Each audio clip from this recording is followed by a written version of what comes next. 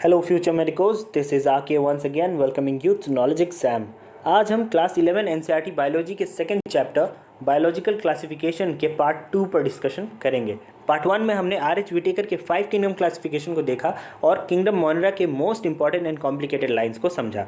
आज हम इस वीडियो में किंगडम प्रोटिस्टा को कवर करेंगे और उसके मोस्ट इंपॉर्टेंट लाइन्स को देखेंगे। सो बिना टाइम वेस्ट किए चलिए अपने नॉलेज को इवॉल्व करते हैं।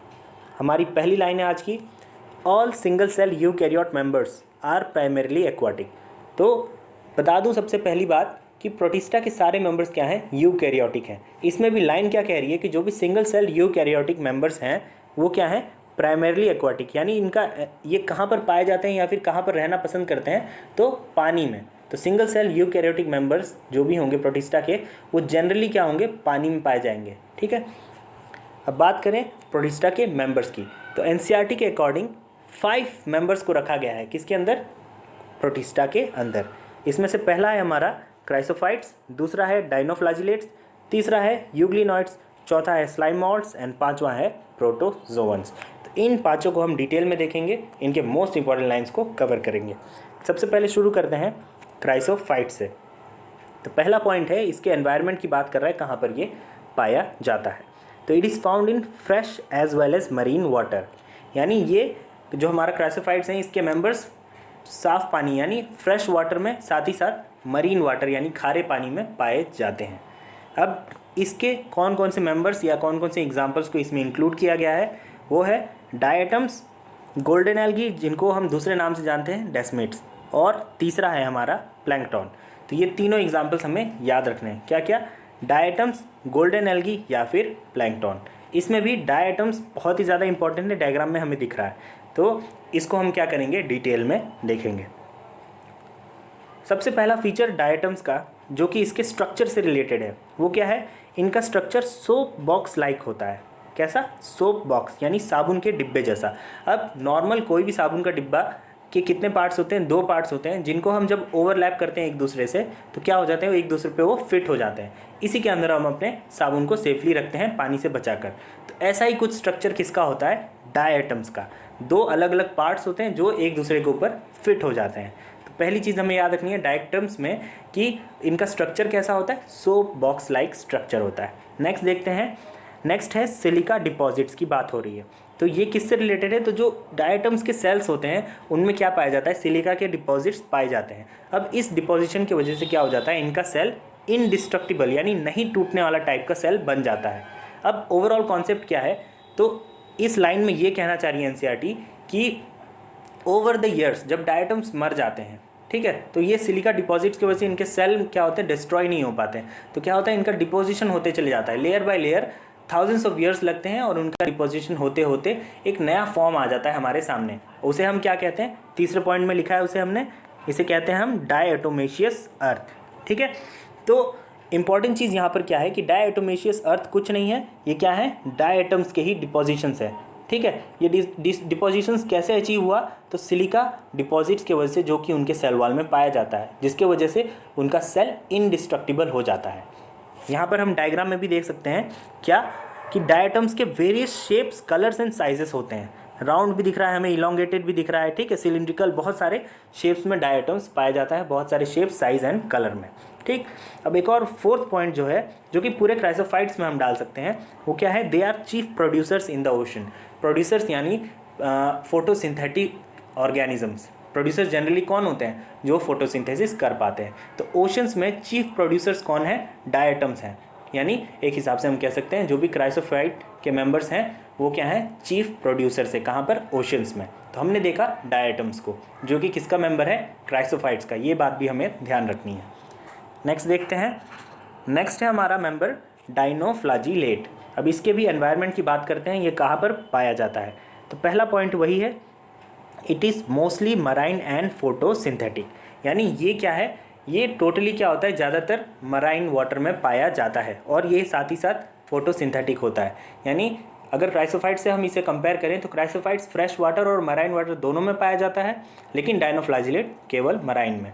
साथ ही साथ क्राइसोफाइट्स भी फोटोसिंथेटिक है और डाइनोफ्लाजिलेट्स भी फोटोसिंथेटिक है। अब बात करें इसके दूसरे पॉइंट की, इसके अपीयरेंस की बात हो रही है, तो इसका अपीयरेंस बहुत ही अलग अलग कलर में पाया जाता है, जैसे कि yellow, green, blue, red and brown. तो इसका अपीयरेंस भी क्या है, डाइवर्सिफाइड है। नेक्स्ट पॉइंट देखते हैं इसी से रिलेटेड, तो वो क्या है, इसके सेल वॉल की बात हो रही है। ठीक है, ये हमारा डायनोफ्लैजिलेट है, इसके सेल वॉल की बात हो रही है। तो बाहर से ये स्टिफ सेलुलोजिक प्लेट से बना होता है इसका सेल वॉल, यानी बहुत ही कड़ा सेलुलोजिक प्लेट होता है इसके सेल वॉल। ठीक है, बाहर से जब हम देखते हैं।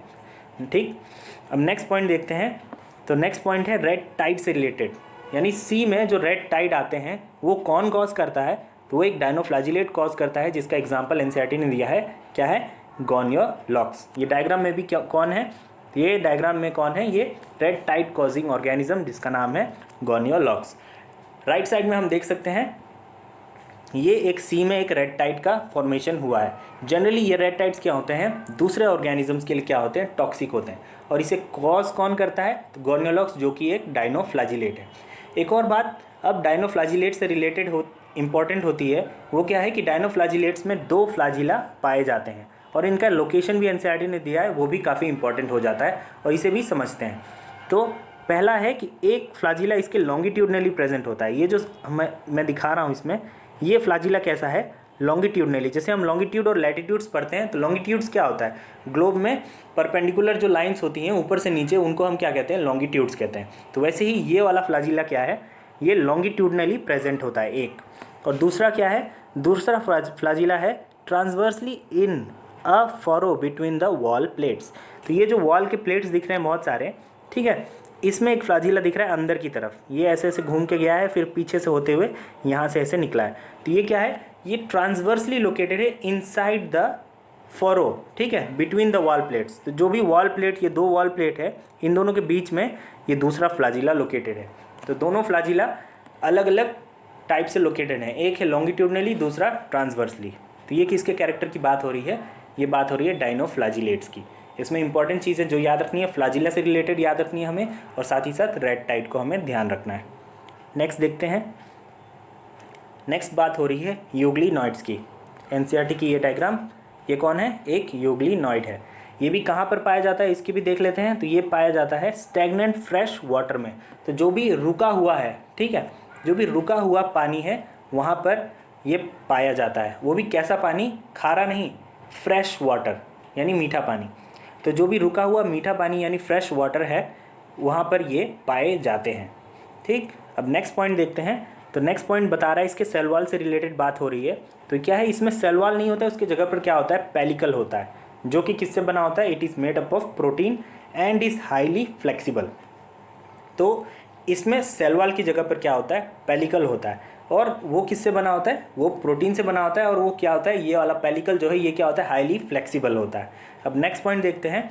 तो यूग्लिनॉइड्स में पिगमेंट्स होते हैं कैसे, आइडेंटिकल टू हायर प्लांट्स। अब ऐसे पिगमेंट्स जो कि क्या होते हैं, फोटोसिंथेसिस कंडक्ट कराते हैं हायर प्लांट्स में, वैसा ही कुछ टाइप का पिगमेंट कहाँ पर पाया जाता है, यूग्लिनॉइड्स में पाया जाता है, जिसकी वजह से क्या है, ये फोटोसिंथेसिस कर पाता है। ठीक, तो हमने बात की क्या, अब स्टार्टिंग से फिर से अगर कवर करें, तो क्राइसोफाइट्स के एनवायरनमेंट की बात करें तो fresh water as well as marine में पाए जाते हैं। ऐसे ही हमने देखा डायनोफ्लैजिलेट्स में, तो वो क्या है, मराइन वाटर में पाए जाते हैं। अब यूग्लिनॉइड्स की बात है तो ये कहाँ पर पाए जाते हैं, स्टैग्नेंट फ्रेश वाटर में। अब इसी तरह से इनके न्यूट्रिशन की बात करते हैं। ठीक, तो क्राइसोफाइट्स में सबसे पहले देखेंगे तो उसमें कैसा था, फोटोसिंथेटिक था। डायनोफ्लैजिलेट्स में भी फोटोसिंथेटिक था। ठीक है, अब लेकिन यूग्लिनॉइड्स में क्या है, फोटोसिंथेटिक तो है ही, साथ ही साथ एक और पॉइंट देखेंगे क्या, कि they are photosynthetic in the presence of sunlight, but when deprived of sunlight they behave like heterotrophs। यानी यूग्लिनॉइड्स जो हैं, इनके अंदर higher plants like photosynthetic pigment पाया जाता है। ठीक है, तो जिसकी वजह से ये क्या कर पाते हैं, फोटोसिंथेसिस कर पाते हैं। लेकिन जब सनलाइट प्रेजेंट नहीं होता है तो ये किस तरह बिहेव करने लगते हैं, हीटरोट्रॉपिक ऑर्गेनिज्म की तरह, यानी दूसरे ऑर्गेनिज्म पे डिपेंड हो जाते हैं अपने न्यूट्रिशन को लेकर। तो ये क्या हो गया, इनका न्यूट्रिशन हो गया मिक्सोट्रॉपिक। 2 टाइप का न्यूट्रिशन ये शो करने लगे, फोटोसिंथेटिक एज वेल एज हीटरोट्रॉपिक। तो वेरी वेरी इंपॉर्टेंट, इस किंगडम में 2 टाइप का न्यूट्रिशन शो करने वाला कौन है, यूग्लिनॉइड्स। नेक्स्ट देखते हैं, नेक्स्ट है हमारा स्लाइम मॉल्ट्स। डायग्राम में दिख रहा है ये एक स्लाइम मॉल्ट है। ऑलराइट, तो सबसे इंपॉर्टेंट बात इसके न्यूट्रिशन से रिलेटेड, अभी तक हमने फोटोसिंथेटिक देखा, ऊपर के दो जो कि टाइसोफाइट्स और डाइनोफ्लाजिलेट्स क्या थे, फोटोसिंथेटिक थे। यूग्लिनॉइड्स मिक्सोट्रॉपिक था, photosynthetic as well as heterotrophic organism था। लेकिन स्लाइम मोल्ड्स की बात करें तो ये क्या है, सेप्रोफिटिक यानी फंजाई रिलेटेड, फंजाई जैसा इनका न्यूट्रिशन है। कैसा कि डेड डिकेइंग मैटर पे ये उगते हैं। ये क्या है, सेप्रोफिटिक प्रोटिस्ट हैं। अब इन पे ज़्यादा नहीं, बहुत छोटे छोटे पॉइंट्स है जो हमें ध्यान रखना है। पहला क्या है कि जब भी स्लाइम मोल्ड्स को सूटेबल एनवायरनमेंट मिलेगा तो ये क्या डेवलप करेंगे, प्लाज्मोडियम डेवलप करेंगे। और जब भी अनफेवरेबल या अनसूटेबल एनवायरनमेंट मिलेगा तो ये क्या डेवलप करेंगे, स्पोर्स, जो कि बहुत टिकाऊ होंगे यानी बहुत हार्ड होंगे। तो दो कंडीशंस हमें याद रखनी है इनके लाइफ साइकिल में। तो इनके लाइफ साइकिल में जब इनको आगे बढ़ना होता है तो क्या होता है, एनवायरनमेंट अगर सूटेबल है तो ये प्लाज्मोडियम बनाएंगे, और जब अनफेवरेबल है तो ये क्या बनाएंगे, स्पोर्स बनाएंगे। और ये दो कैरेक्टर हमें ध्यान रखनी है। इसी तरह से दो और कैरेक्टर्स हमें याद रखनी है स्लाइम मोल्ड से रिलेटेड।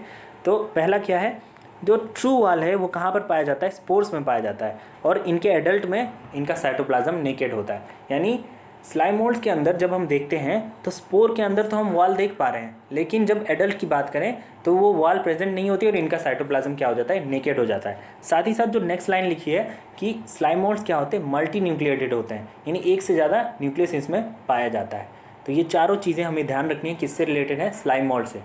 अनफेवरेबल है तो प्लाज्मोडियम, फेवरेबल है तो प्लाज्मोडियम बनेगा, अनफेवरेबल है तो स्पोर्स।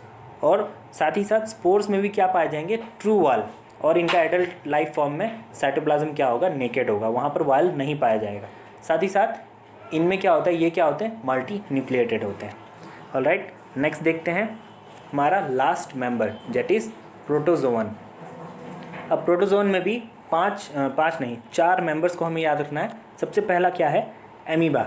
एमीबा को हम लोग बचपन से देखते आ रहे हैं, कुछ ऐसा स्ट्रक्चर होता है, ठीक है। ये कहाँ पर पाया जाता है, तो ये पाया जाता है generally fresh marine as well as moist soil. तो ये काफ़ी डाइवर्सिफाइड इसका क्या है, एनवायरनमेंट है जहाँ पर ये पाया जाता है, ठीक है। यानी फ्रेश वाटर में भी पाया जाता है, मराइन वाटर में भी पाया जाता है, साथ ही साथ मॉइस्ट जो सॉइल है उसमें भी ये पाया जाता है। एनसीईआरटी के अकॉर्डिंग इसका एक पैरासिटिक फॉर्म का एग्जाम्पल हमें याद रखना है, उसका नाम क्या है, एंट एमीबा। पूरा नाम इसका साइंटिफिक नेम है एंट एमीबा हिस्टोलिटिका। तो एमीबा से रिलेटेड ये पैरासिटिक फॉर्म हमें याद रखना है। ये जनरली क्या करता है, ह्यूमंस में डिसेंट्री कॉज करता है।